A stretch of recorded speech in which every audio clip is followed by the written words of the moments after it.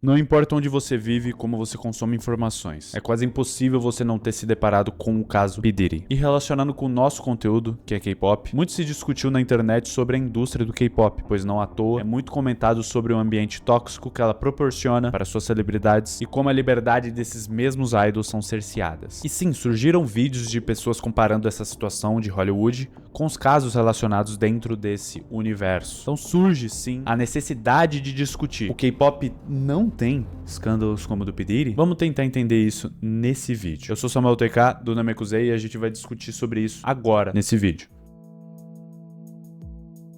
A gente pode discutir sobre não ter a mesma magnitude ou ser tão denso como o caso do P. Diddy, mas sim, a indústria coreana se envolveu em diversas polêmicas, que mostra totalmente o contrário dessa imagem de indústria tranquila e pacífica. Eu vou estar apresentando esse tema não com o objetivo de achar um P. Diddy coreano. Não, isso é besta, isso é imbecil, não é esse o ponto desse vídeo. Na verdade, o ponto desse vídeo é para que mais pessoas saibam que qualquer coisa que envolva muito dinheiro e muito poder é passível desse tipo de corrupção, desses tipos de crimes e dessas coisas horríveis que vieram à tona nesse caso. Então é bom que você entenda alguns casos que ocorreram no K-pop.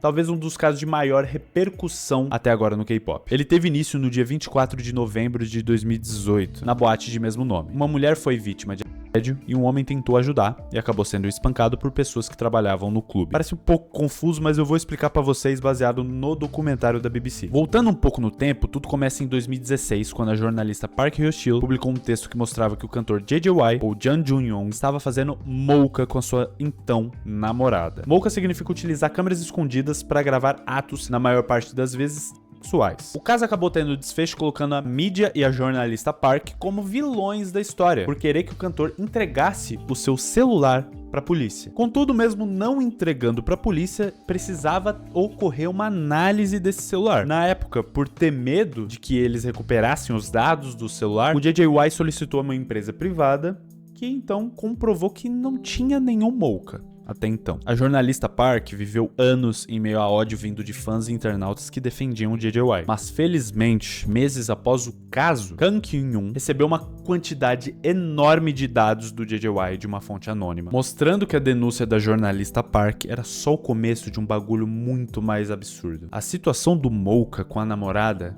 era muito mais leve em comparação à enorme quantidade de dados que essa jornalista conseguiu, que mostrava diversos diálogos e imagens perturbadoras envolvendo estupro, assédio, prostituição e corrupção em um grupo do Kakao Talk. O Kakao Talk, pra quem não sabe, é como se fosse um WhatsApp lá da Coreia do Sul. A galera usa bastante. E por muitas vezes a gente esquece que os idols, eles podem ser muito influentes e podem ter muito poder aquisitivo sim. Como era o caso dos amigos do JJY. O Choi Jong-hoon, que era guitarrista do FT Island, e o Seungri, ex-membro do lendário grupo Big Bang. Entre eles, o Seungri se consolidou principalmente no bairro de Gangnam como um Gatsby sul-coreano. Mas vamos explicar cada uma dessas coisas. O bairro Gangnam é conhecido na parte da manhã como um importante centro de comércio, restaurante e local de importantes empresas do país. Como se fosse a Faria Lima aqui. Só que de noite, ela se torna um centro de baladas, entretenimento adulto, clubes, enfim. Nesse meio, como no livro do Grande Gatsby, o Seungri conseguiu se tornar rico muito cedo e acabou estabelecendo um certo império com essas festas, esses encontros com pessoas selecionadas. Seungri, na tentativa de tornar cada vez mais global o seu investimento, acabou tendo diversos contatos com investidores da China,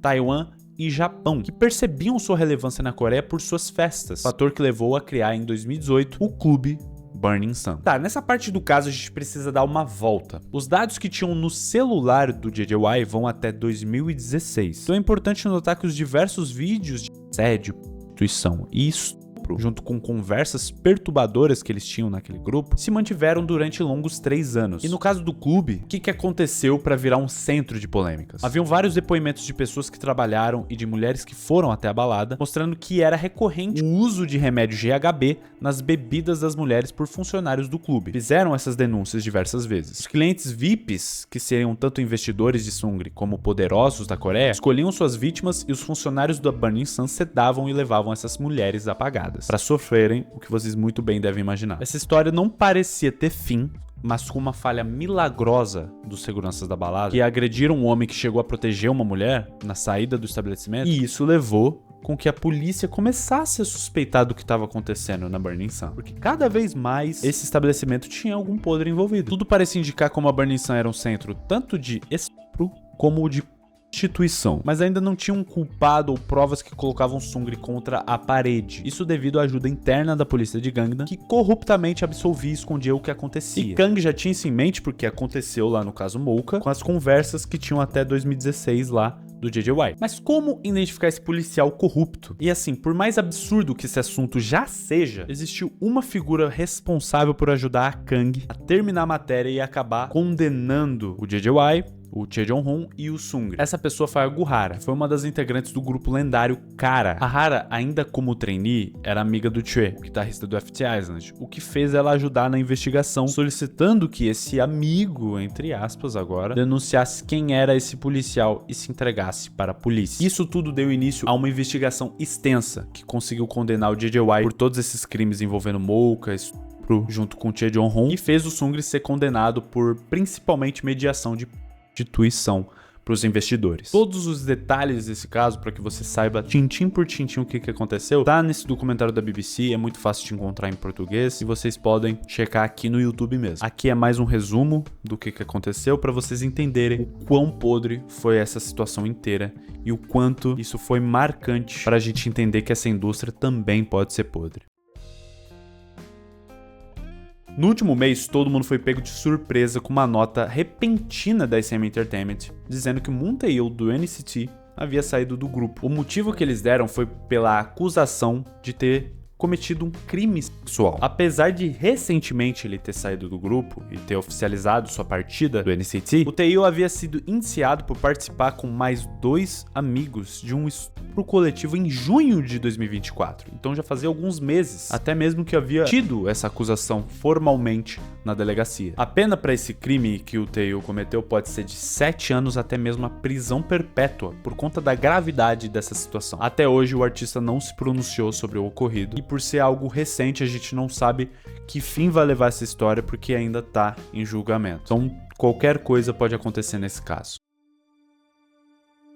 Agora em 2022 o cantor Chris Wu, que já fez parte do grupo lendário EXO, foi condenado a 11 anos e 6 meses de prisão por estupro. Ele foi acusado por uma estudante chinesa de 19 anos de ter sofrido a violência quando tinha apenas 17 anos de idade. Depois da denúncia, diversas outras vítimas testemunharam online comprovando as atitudes predatórias do cantor, e o movimento se tornou tão forte que começou um movimento denominado Me Too, que acabou condenando e apontando outros casos similares ao do Chris Wu. Além de diversas denúncias, ele também foi culpado pelo crime de reunir pessoas para se envolver em promiscuidade sexual em julho de 2018. Esse também se tornou um dos casos mais horríveis documentados aí relacionado ao K-pop por ele ter feito parte do grupo EXO, que tem uma dimensão gigantesca. Agora esse caso aqui eu já falei no meu canal e eu posso deixar o vídeo aqui pra vocês, se vocês quiserem ver o vídeo, mas eu vou explicar aqui pra vocês. O Yellow Bee debutou em 2017 com uma formação inicial de 5 integrantes. O problema é que 2 anos depois, em 2019, o grupo teve uma reformulação total de suas integrantes, porque as 5 antigas membros do grupo cancelaram o contrato do nada, fazendo com que a empresa ID Entertainment simplesmente encontrasse outras 5 garotas e fizesse o mesmo grupo. E como todo mundo sabe, em 2020 aconteceu a pandemia e elas não conseguiram ter sucesso com o seu grupo, não conseguiram perpetuar seu nome na mídia, ao ponto de junho de 2020 elas entrarem em hiatus, em uma pausa na carreira. Só que o problema começa pouco tempo depois, quando a empresa vai anunciar que o grupo acabou. Só que o que chocou todo mundo foi como a empresa anunciou o fim do grupo, como ela notificou a todos os fãs. Em nota no Instagram, a empresa colocou como justificativa para dar o disband o fato que uma integrante estava levando um estilo de vida promíscuo. E depois da divulgação desse comunicado, uma das membros soltou uma nota no Instagram comunicando que a nota da empresa era falsa e, na verdade, elas estavam passando por tentativas de assédio múltiplas e manipulação da própria empresa. Ao ponto de que um manager chegou a falar isso aqui para uma das integrantes: quero ter um filho com você, eu vou te dar um filho. Do nada. E logo depois, a empresa desmentiu tudo isso, desmentiu o assédio, o slut shaming e a manipulação, e ainda protegeu o manager, falando que não, nada a ver isso aí. Além disso, que a integrante comentou, ela mostrou diversos outros casos, como a empresa obrigar elas a saírem com investidores internacionais, e elas negando isso, o que, se a gente voltar um pouco, no caso da Burning Sun, o Sungri foi envolvido nessa mediação de instituição com investidores internacionais para atrair esses investimentos. Então, no caso do Yellow Bee, poderia ser algo nesse sentido que a empresa estava tentando fazer. Felizmente, com o desbande do grupo, no Instagram a gente percebe que elas seguiram a vida mais tranquila, se afastaram dessa indústria e, graças a Deus, não aconteceu coisas piores do que essas que eu relatei. E esse é basicamente o vídeo, eu espero que vocês tenham entendido a proposta dele. E é claro que isso não deve ser intensificado e dizer que só isso que acontece na indústria. A gente gosta da indústria por um motivo: as músicas, os grupos, as performances. A gente gostou daquilo que há de bom na indústria. E com certeza existe uma essência boa em algumas coisas que a gente consome. Não tenham dúvida disso de nenhuma forma. Mas a gente sempre tem que ter noção que esse tipo de coisa pode acontecer a partir do momento que existe, novamente dizendo, poder, dinheiro envolvido, que leva essas coisas horríveis a acontecerem. E apesar de tudo isso, como é o bordão do meu canal, é óbvio que eu vou dizer: K-pop é good.